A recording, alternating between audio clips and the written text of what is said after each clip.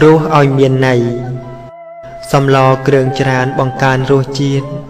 រសជុំមិត្តញាតិបង្កើតសាមគ្គីអ្នកមានទ្រព្យច្រើនខ្លាចគេសុំស៊ី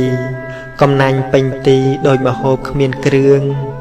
ចាស់ថាដើរឆ្ងាយយកមាត់ជាផ្លូវសួរដឹងខុសត្រូវឲ្យបានយល់រឿងកុំអាងមានមាត់និយាយកលគឿង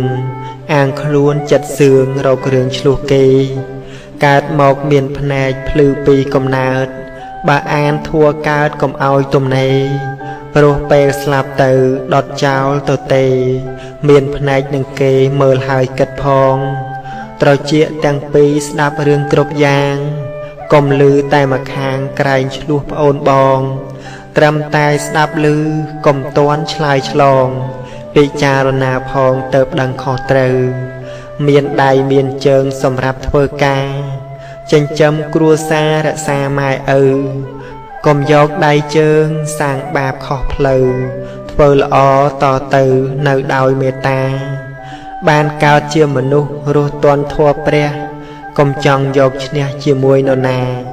ធ្វើបន់ឲ្យទានក្រោមលុបសាសនាបង្កើតបញ្ញាកាប់ឆ្ការអវិជ្ជាឲ្យអភ័យទានមានចិត្តខន្តីដល់ជនប្រុសស្រីយកធัวជាគ្នាសូមឲ្យសពសត្វកំចាត់ចិត្តមីឈប់ចងកម្មពីតរៀងទៅអង